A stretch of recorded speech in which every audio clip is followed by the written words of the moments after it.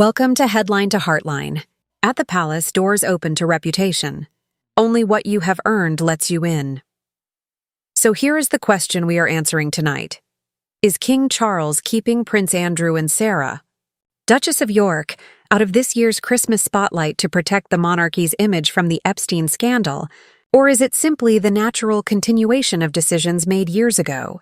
The reason it feels urgent is that so many headlines are piling up this week that the signal turns into noise. But if you listen closely, you hear that same hum has been in the background for a while. Let's clear the static. Reports say the king wants Andrew and Sarah to keep off camera at Sandringham this Christmas, the family's traditional gathering in Norfolk where the church walk is the most photographed moment of their year.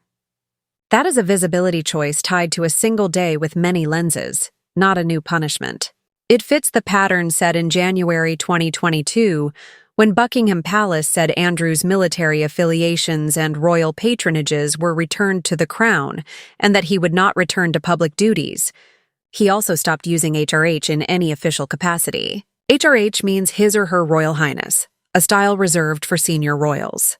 In June 2022, he did not join the public Garter Day procession at Windsor after internal family discussions. Since then, the line has been steady. Private family moments may happen, public ceremonial roles do not. So why the surge of coverage now? Two fresh pieces set the rhythm. First, a February 2011 email from Andrew to Jeffrey Epstein surfaced, sent the day after the photo of Andrew with Virginia Giuffre was published. In that message, Andrew expressed support and said they should keep in close touch, which appears to contradict his 2019 claim that he had cut ties in December 2010. Second, several charities have recently dropped Sarah as their patron after a 2011 message emerged in which she praised Epstein. Sarah has not been a working royal for decades, but charity boards making distancing decisions is news. Put those updates next to the most visible royal family moment on the calendar, and you have a headline that writes itself. Now to the heart of the question. Is the media highlighting a fact or manufacturing a moment? The fact is that reporters, citing palace-adjacent sources, say the king prefers Andrew and Sarah to remain invisible at Christmas. That description aligns with the past few years. It is not a brand new sanction or a reversal. It is optics management at a predictable high-profile event. That does not make it untrue. It makes it familiar. We also need to talk about the on-record moments that keep this story alive. In the 2019 BBC Newsnight interview, Andrew offered explanations that landed badly with much of the public.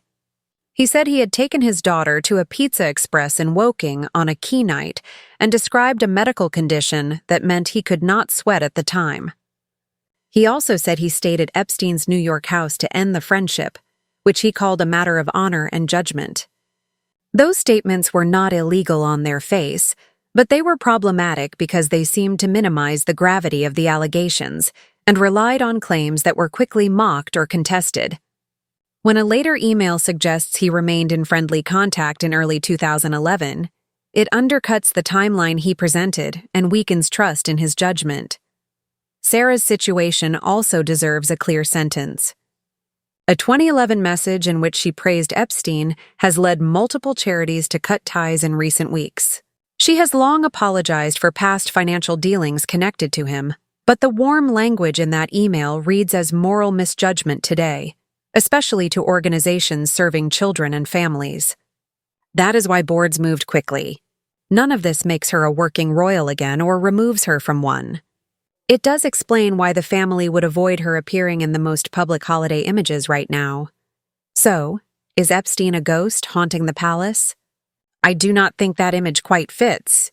A ghost suggests something supernatural and inescapable.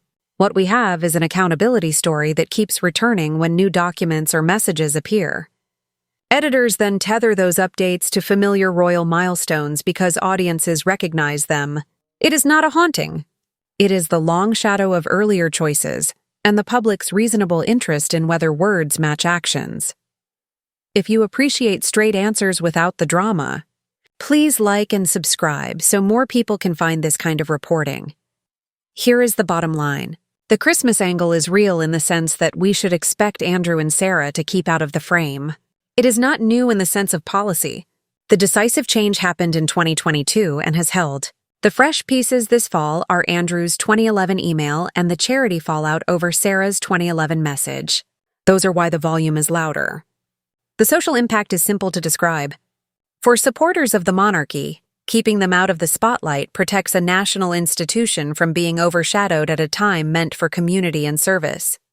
For critics, managing images without a fuller accounting feels like avoiding the hard work of rebuilding trust. Reasonable people can see both sides, but everyone benefits from separating what is new from what is newly packaged. Thank you for spending this time with me.